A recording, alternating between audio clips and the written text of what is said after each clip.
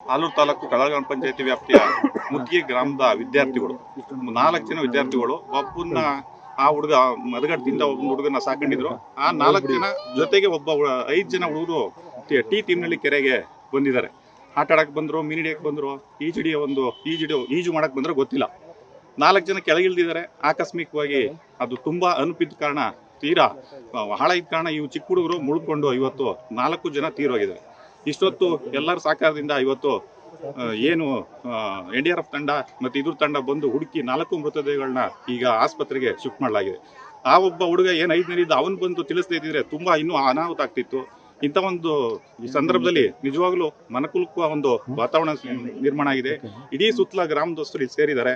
ನಿಜವಾಗ್ಲೂ ಬೇಸರ ಆಗ್ತಿದೆ. ಮಕ್ಕಳು ಆ ತಂದೆ ತಾಯಿಗೆ ಒಂದು ನೋವು ಬರೆಸೋ ಒಂದು ಶಕ್ತಿ ಕೊಡ್ಲಿ ಅಂತ ಈ ಮೂಲಕ ದೇವ್ರನ್ನ ಪ್ರಾರ್ಥಿಸ್ತಾರೆ. ಒಬ್ಬೊಬ್ಬರೇ ಮಕ್ಕಳಿದ್ದವ್ರು ಕಾಣ್ತದೆ. ಒಬ್ಬೊಬ್ಬರೇ ಮಕ್ಕಳಿದ್ರು, ಒಬ್ರು ಮಕ್ಕಳಿಲ್ಲ ಅಂತ ಕರ್ಕೊಂಡು ಸಾಕೊಂಡಿದ್ರು.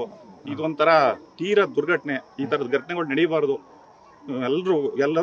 ಎಲ್ಲಾ ಗ್ರಾಮಸ್ಥರಿಗೂ ನೆಮ್ಮದಿ ಸಿಗಬೇಕು. ಈ ತರದ ಒಂದು ಘಟನೆ ನಡೀಬಾರ್ದು ಅಂತ ಹೇಳ್ಬಿಟ್ಟು ರಜೆ ಇದೆ, ಹಂಗಾಗಿ ರಜೆ ಇದ್ದ ಕಾರಣ ಎಲ್ಲರೂ ಒಗ್ಗಟ್ಟಾಗಿ ಎಲ್ಲ ಕೂಡ್ಕೊಂಡು ಬಂದು ಇಲ್ಲಿ ಈಜಾಡಕ್ ಹೋಗಿದ್ದಾರೆ.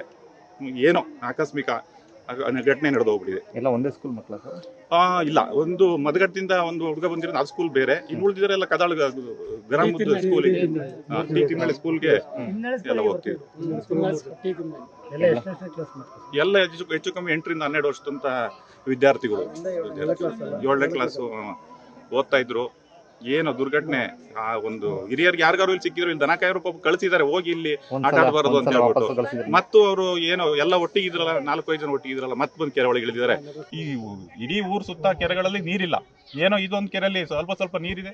ಅದು ಒಂದೇ ತರ ಗುಂಡಿ ಬಿದ್ದು ಅನ್ಪಿರೋದ್ರಿಂದ ಈ ಒಂದು ದುರ್ಘಟನೆ ಸಂಘಟನೆ ನಡೆದೋಗಿದೆ. ನನ್ನ ಹೆಸರು ಪ್ರವೀಣ್ ಅಂತ ಹೇಳ್ಬಿಟ್ಟು.